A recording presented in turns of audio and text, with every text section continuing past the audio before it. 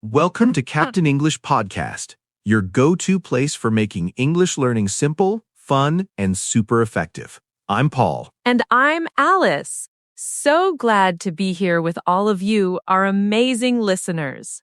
Paul, how are you doing today? I'm doing great, Alice, really great. Especially excited about today's topic because it's something I hear all the time from people who want to improve their English, but just don't. Yeah. Oh, I know exactly what you mean. It's like they have all the grammar books, all the vocabulary apps, but when it comes to actually opening their mouth and speaking, a wall just goes up. Exactly, that wall. And it's usually built from bricks of excuses, isn't it? Things like, my English isn't good enough, or I'm scared of making mistakes. Sound familiar? Oh, absolutely familiar. I mean, I've been there myself when I was learning a new language. That feeling of wanting to say something but just freezing because you're worried about saying it wrong. It's a real confidence killer. Totally. So today, our goal is to help you, our dear listeners, stop making those excuses and start speaking English easily and confidently. We're calling this episode, Stop Making Excuses and Start Speaking. Easy English for Beginners. Yes, and we promise we're not going to just tell you just do it. We're going to break down the most common excuses, understand why we make them, and then give you super practical, simple steps you can take right away, even if you're a complete beginner. That's right. So let's dive into the first big excuse, the number one reason many people don't speak. I'm afraid of making mistakes. Alice, what's your take on this? Oh, Paul, this is a huge one. And it's so normal to feel this way. Think about it. In school, if you made a mistake, maybe you got a bad grade or someone corrected you and it felt embarrassing. So our brain learns to avoid mistakes. It's like we're trained to be perfect. But language isn't about perfection, especially when you're starting. It's about communication, right? Getting your message across. Exactly! Imagine a baby learning to walk. They fall down thousands of times. Do they stop trying because they made a mistake by falling? No, they get back up. They learn from it. Language is the same. That's a fantastic analogy, Alice.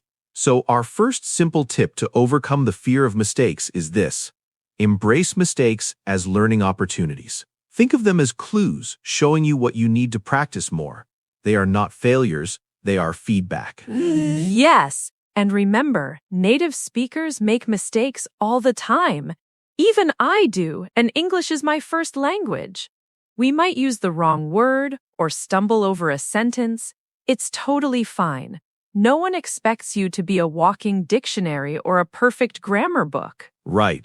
Most people, when you're trying to speak their language, are actually happy you're making an effort. They're not there to judge you. They're usually quite encouraging. They want to understand you. So instead of thinking, oh no, what if I say it wrong? Try to think, what's the easiest way I can say what I want to say, even if it's not perfect? Just aim for good enough to understand. Excellent point. Let's move on to the second common excuse. My grammar isn't perfect. This one is related to the first, but it focuses more on the rules, right? It is, and grammar can feel like a huge, scary monster with so many rules and exceptions. Present perfect, past perfect continuous. It's enough to make anyone's head spin. Totally. But here's the secret for beginners. Focus on communication, not perfect grammar. You don't need to know every single grammar rule to start speaking. You need enough to be understood. Think of it like driving a car. You don't need to know how the engine works in super detail to drive the car, do you? You just need to know how to use the steering wheel, the pedals, and the gear stick. Enough to get from A to B. Great analogy again, Alice. So for English beginners, focus on simple sentence structures. Subject, verb, object. I like coffee. She goes to work. We live here. Start with these basic blocks. Exactly. Don't worry about trying to use complex tenses or advanced sentence structures right away. Get comfortable with the basics first. You can add more grammar later, step by step, like building a house. And a practical tip here. Learn common phrases as complete units. Instead of analyzing every word's grammar, just learn "How are you?" or "Can I help you?" as one piece. You'll use them correctly without even thinking about the rules. That's super smart, Paul. It's like having ready-made tools. You just pick them up and use them. You don't need to build them from scratch every time. This helps you sound more natural, too. Okay, third excuse. I don't have anyone to talk to. This is a very common one, especially for people who don't live in an English-speaking country. This is definitely a challenge, but it's not an impossible one to overcome.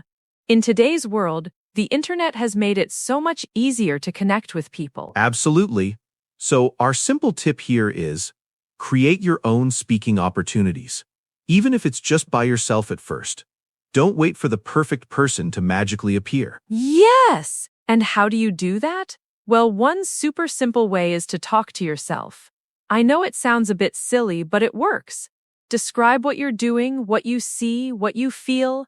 I am making coffee now. It is hot. I like coffee. It's not silly at all, Alice. It's actually a powerful technique. It builds muscle memory in your mouth and brain, getting you used to forming English sentences without the pressure of a listener. You can also record yourself. Recording yourself is brilliant. Just use your phone. Speak for 30 seconds about your day, then listen back. Don't focus on mistakes, focus on understanding yourself. What did you say well? What was a little difficult? And beyond self-talk, there are online resources. Apps like Tandem or HelloTalk connect you with native speakers who want to learn your language, and you teach them while they teach you English. It's a win-win. Those apps are fantastic for finding speaking partners. And remember, even if you can only manage 5 to 10 minutes a day, that's better than 0 minutes. Small steps lead to big progress. Small steps, consistently, that's the key. Okay, next excuse. I don't know enough words. This often leads to people feeling stuck, unable to express themselves. Ah, the vocabulary hurdle.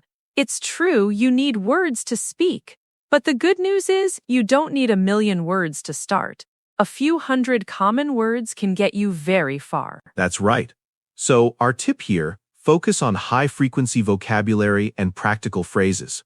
Don't try to learn every word in the dictionary. Learn the words you'll use every day. Think about your daily life. What do you talk about most often? Your work, your hobbies, your family, what you eat, what you buy? Make a list of these topics and learn the key words related to them. For example, if you like cooking, learn words like kitchen, cook, food, delicious, fry, boil. These are practical and immediately usable. Don't worry about words like onomatopoeia or ephemeral just yet. Laughs. Yes, those can come much, much later. Another great way to build practical vocabulary is by describing your surroundings. Look around you right now. What do you see? A table, a chair, a window, a computer? Try to say the English words for them. That's a fantastic, active way to learn. And don't forget visuals. Use flashcards with pictures. Our brains remember images much better than just words alone, or even watch short videos designed for beginners. Yes, visual learning is so powerful. And if you hear a new word, try to use it 3 times right away in different sentences. That really helps it stick in your memory. For example, if you learn delicious, say, "This pizza is delicious. I love delicious food. That cake was so delicious." Great strategy, Alice. Repetition and active use. It transforms passive knowledge into active speaking ability. Okay, we've covered quite a few, but there's another big one, a subtle but powerful excuse. People will laugh at me. This really hits the confidence. Oh, this one breaks my heart because it's usually not true. Most people are kind and understanding. They remember what it's like to learn something new. But that fear, it's very real inside our heads. It is. And the simple truth is, most people are too busy thinking about themselves to laugh at you. They're not focused on your accent or a small grammatical error. They're focused on understanding you and going about their day. Think about it. When someone tries to speak your native language, do you laugh at them? Probably not. You probably feel impressed that they're trying, and you want to help them. It's the same for English speakers. Exactly. And a helpful strategy here is to start small and build confidence gradually. You don't have to start by giving a speech to 100 people. Start with a very low-pressure situation. Like what, Paul? Give us some easy examples for beginners. Sure. Start with simply saying hello or thank you to someone. If you're at a coffee shop, instead of pointing, try to say, "Can I have a coffee, please?" Even just 2 or 3 words is a huge victory. Those small interactions are perfect. And don't forget about scripting. If you know you're going to order coffee, practice that one sentence a few times before you go. "1 coffee, please." Oh, scripting is brilliant for beginners. If you know you have to ask for directions, practice that simple question, "Excuse me, where is the station?" Having it ready makes it less scary. Yes, because the most important thing is to just start. Even if it's just 1 word today and 2 words tomorrow. Consistency is key, not perfection. You know, Alice, all these excuses, they really boil down to one main thing: fear. Fear of not being good enough. Fear of judgment. Fear of failure. And the only way to overcome fear is to face it, even in tiny, tiny steps. Each time you try, each time you speak, even if it's just a little bit, you're building a new habit. You're showing yourself that you can do it. Absolutely. It's like building a muscle. You don't lift the heaviest weights on day 1. You start light, you're consistent, and over time, you get stronger. Your speaking muscle works the same way. And remember, every single person who speaks English fluently, whether they're native or learned it, started right where you are. They all made mistakes. They all felt nervous. It's part of the journey. So let's quickly recap our main tips for stopping those excuses and starting to speak. First, embrace mistakes as learning opportunities. They're your best teachers. Second, focus on communication, not perfect grammar. Get your message across, even if it's not perfect. Simple sentences are powerful. Third, create your own speaking opportunities. Talk to yourself, record yourself, find online partners. Don't wait for perfection. Fourth, focus on high-frequency, practical vocabulary and phrases. Learn the words you actually need for your daily life. And finally, start small and build confidence gradually. A few words, a simple phrase.